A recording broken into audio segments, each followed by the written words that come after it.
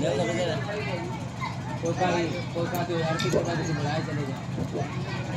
बार भगवान का पावन नाम बोलेंगे, उसके बाद में प्रभु की कथा को श्रवण करेंगे।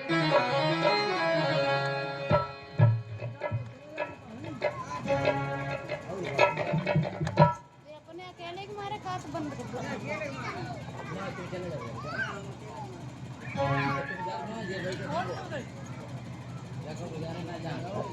किसी बोलो सीताराम राम, बोलो राधे श्याम श्याम।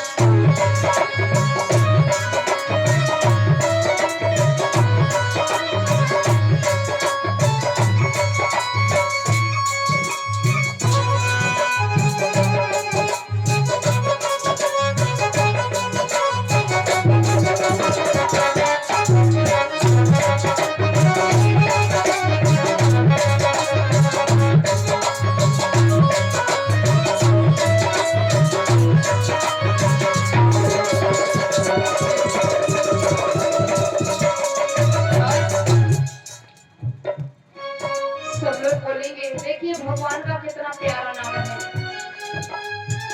यहाँ तन है कागज की पुड़िया,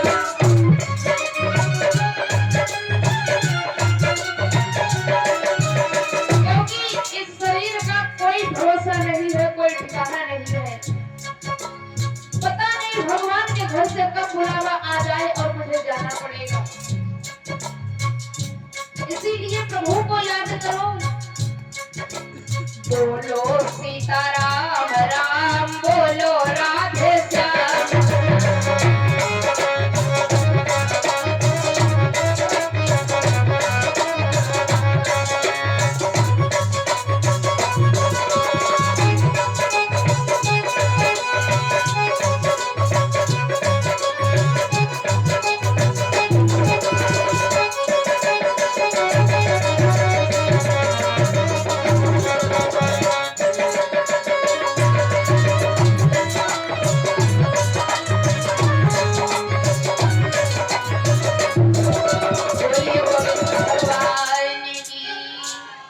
गणेश भगवान की। आइए थोड़ी देर के लिए देखते हैं कथा की तरफ कि इस समय जब विश्वकर्मा महाराज लंका में रहने लगे हैं, समय बीता है।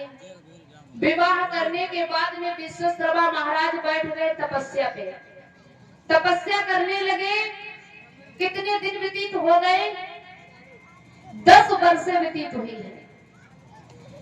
10 वर्ष व्यतीत हुई, तपस्या से जागे तो बड़ी रानी केकसी ने कहा है विश्वकर्मा महाराज से कि राजन, हे महाराज, आप 10 वर्षों के लिए बैठ गए हैं तपस्या पे, अब तक हमारे 10 पुत्र हुए होते।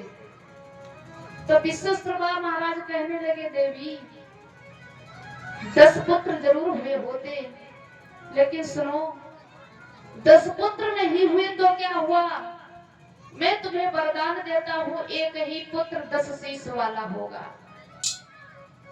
ये वरदान बड़ी रानी केकसी को दिया है विश्वकर्मा महाराज ने। समय बीता, बड़ी रानी केकसी के उदर में गर्भ पलने लगा। धीरे धीरे समय व्यतीत हुआ। आइए देखते हैं किसने जन्म लिया है। कि रावण कुंभ करण सुपनेखा, और सुत के कसी भी भीषण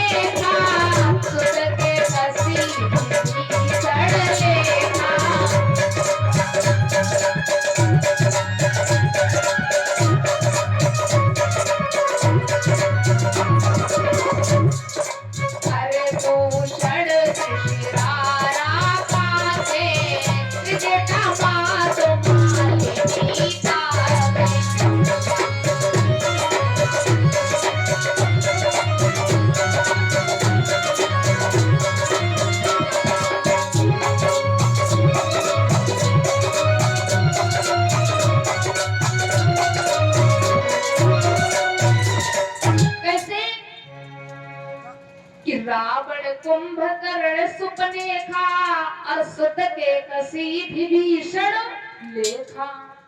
रावण कुंभकर्ण सुपनखा और विभीषण ये बड़ी रानी केकसी से उत्पन्न हुए हैं, इनका जन्म हुआ है। इधर जिन खरदूषण का जन्म हुआ है वो मैया राका से हुए हैं। त्रिजटा लंका में बहुत बड़ी भक्ति हुई है, क्योंकि विश्वकर्मा महाराज ने तो कहा ही था कि तुम संध्या के समय आई हो, तुमसे जो संतान होगी वो राक्षस होगी।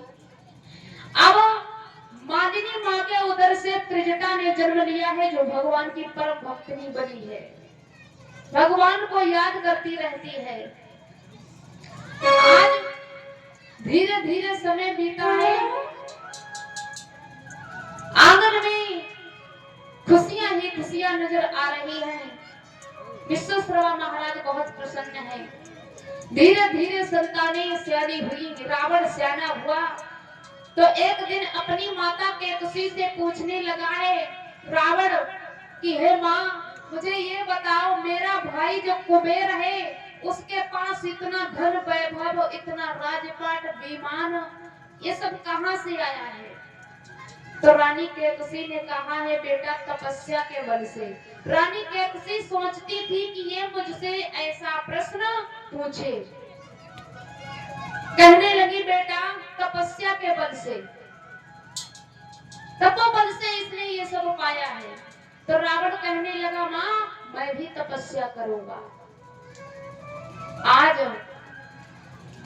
अपने भाइयों को लेकर के रावण कुंभकर्ण शूर्पणखा विभीषण त्रिजटा खरदूषण साथ में एक लंका में द्वार पर लंकिनी रहती थी, उसको लेकर के रावण आज कैलाश पर्वत पे तपस्या करने के लिए निकल पड़ा। निकल पड़ा कैसे? धीरे धीरे चलते चलते कैलाश पर्वत पे रावण पहुंचा है। अलग अलग बैठ करके सब तपस्या करने लगे। जब सब तपस्या करने लगे हैं तो रावण ने कुछ अलग हट करके तपस्या की है, भक्ति भाव से उसने तपस्या की है। वो कैसी तपस्या कर रहा है?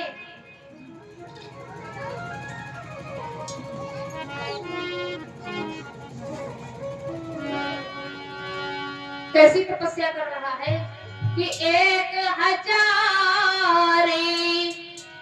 बरस के अंतर और एक शीश काट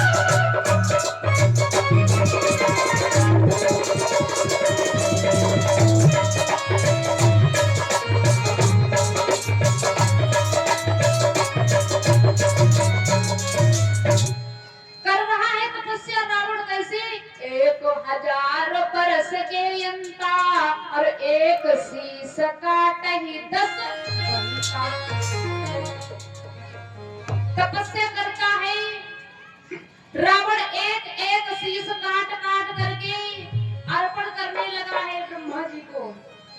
9 शीश काट करके चढ़ा दिए।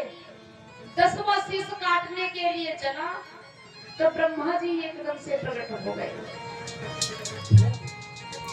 कि हे रावण, तुम ऐसी तपस्या कर रहे हो, मैं तुम्हारी तपस्या से प्रसन्न हूँ, मुझसे वरदान मांग लो, क्या मांगते हो? तो जवाब दिया है उसी समय कि हे ब्रह्मा जी, मुझे वरदान देना चाहते हो तो सुनो, हम आपसे ये वरदान मांग रहे हैं क्या कि हम काहू के मर ही न मारे। कहता है रावण कि हम काहू के मर ही न मारे, देव तनुज सुर नर हरि जारे।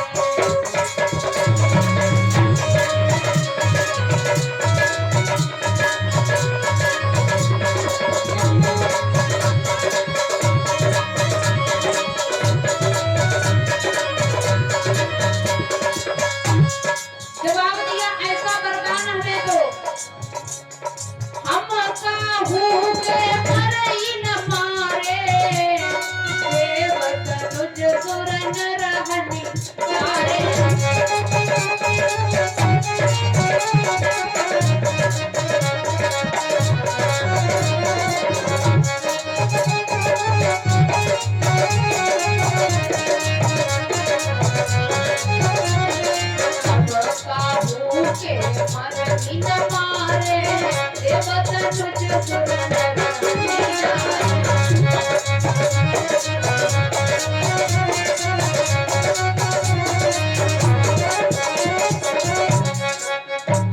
इस प्रकार से रावण ने कहा है, ऐसा वरदान दो कि हम किसी से मरे ना, कोई हमें मार ना पाए।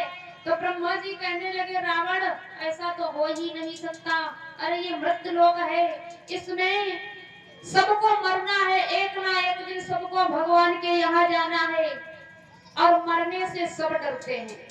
मरना सबको है लेकिन मरने से सब डरते हैं, क्यों, ऐसा क्यों है भैया? रावण कहता है, मुझे अमर होने का वरदान दो।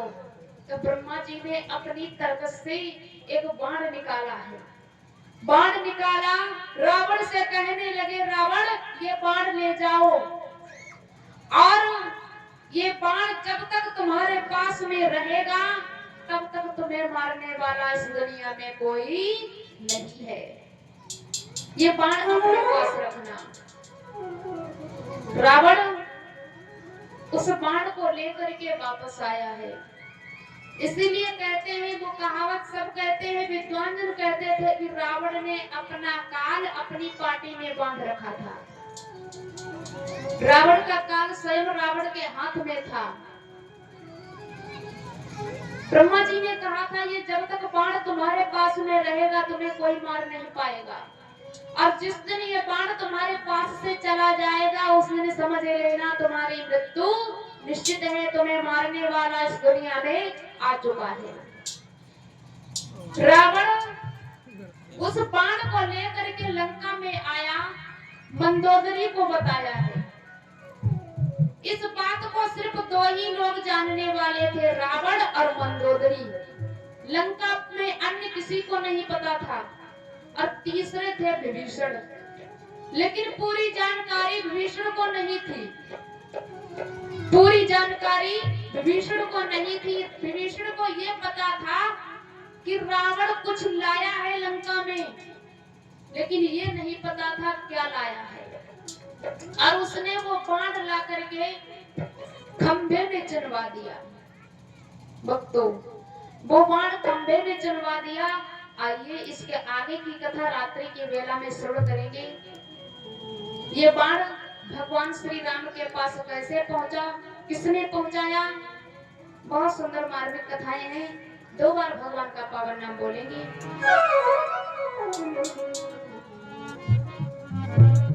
श्री यशोदा जी के लाल रथ चढ़ी बंसी बजइयो,